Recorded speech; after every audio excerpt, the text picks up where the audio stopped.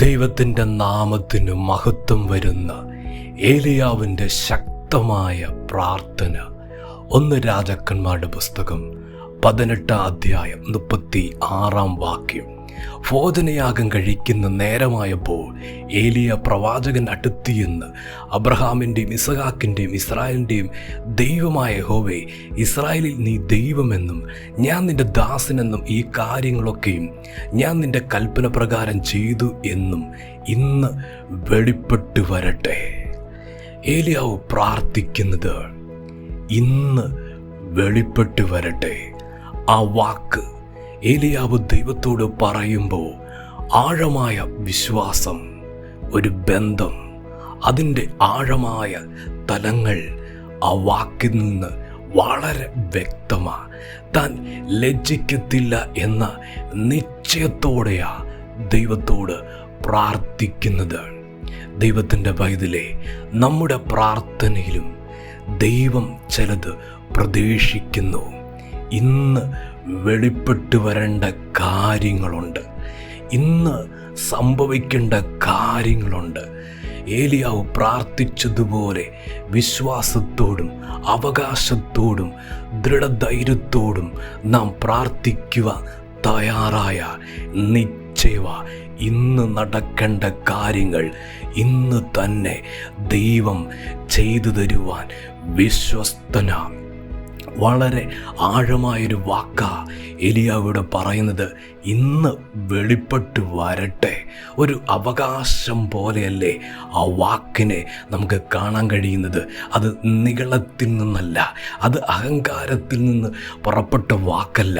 അത് താഴ്മയായും വിശ്വാസമായും കർത്താവ് ആ വാക്കിനെ കണക്കിടും. ഇങ്ങനെ ഇപ്രകാരം ചില ഭക്തന്മാരൊക്കെ പ്രാർത്ഥിക്കുന്നതായി തിരുവെഴുത്തിൽ നമുക്ക് കാണാൻ കഴിയുന്നുണ്ട്.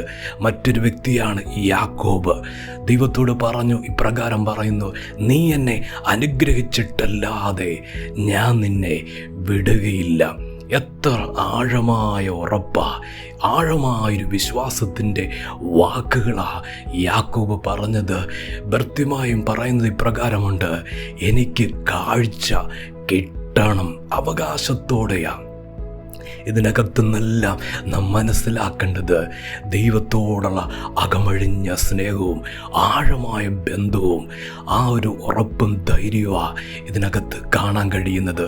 ദൈവത്തിൻ്റെ പൈതലേ, ഇപ്രകാരം നാമും പ്രാർത്ഥിച്ചാൽ എനിക്കും അവകാശമില്ലേ, എനിക്കും ആ ബന്ധമില്ലേ, എൻ്റെ സ്നേഹവും ദൈവം കണക്കിടിയാലേ, നിശ്ചയവ ദൈവം ഇന്ന് വെളിപ്പെടേണ്ട വിഷയത്തിന്മേൽ ആഴമായ ഉറപ്പോടും ധൈര്യത്തോടും ഒരു ദൈവത്തിൽ പ്രാർത്ഥിക്കാൻ തയ്യാറായ സ്വർഗം ചലിക്കും, ദൈവം പ്രവർത്തിക്കും. ഇന്ന് ആ വിടുതൽ എനിക്ക് വേണം. ഇന്ന് ആ സൗഖ്യം വെളിപ്പെട്ടു വരട്ടെ. ഇന്ന് ജോലി മേഖലയിൽ ഒരു മാറ്റം ഇന്ന് വെളിപ്പെട്ടു വരട്ടെ. ദൈവത്തിൻ്റെ പൈതലേ, ഏലിയാവ് വെറുതെ പ്രാർത്ഥിച്ചതല്ലല്ലോ.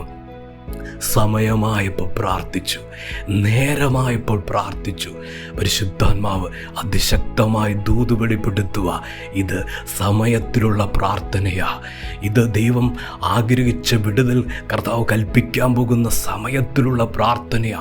നിശ്ചയമായി ജീവിതത്തിൻ്റെ തലങ്ങളിൽ അത് സംഭവിക്കാൻ പോവുക.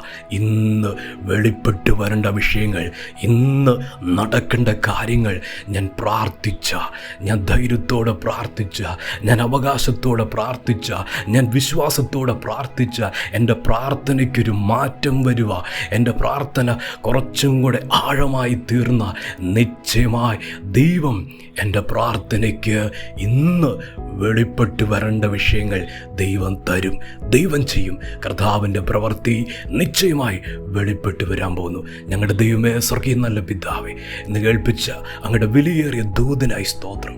ഞങ്ങളുടെ പ്രാർത്ഥനയുടെ തലങ്ങളിൽ ആഴമായ പ്രത്യാശയും വിശ്വാസവും ദൈവമേ, ഏലിയാവ് പ്രാർത്ഥിച്ചപ്പോൾ വാക്കുകൾ പറഞ്ഞു, ഇന്ന് വെളിപ്പെട്ടു വരട്ടെ. അതങ്ങനെ തന്നെ സംഭവിച്ചല്ലോ. നീ ദൈവമാണെന്നറിയുവാൻ ജീവിക്കുന്ന ദൈവത്തോടാണ് ഞങ്ങൾ പ്രാർത്ഥിക്കുന്നറിയുക.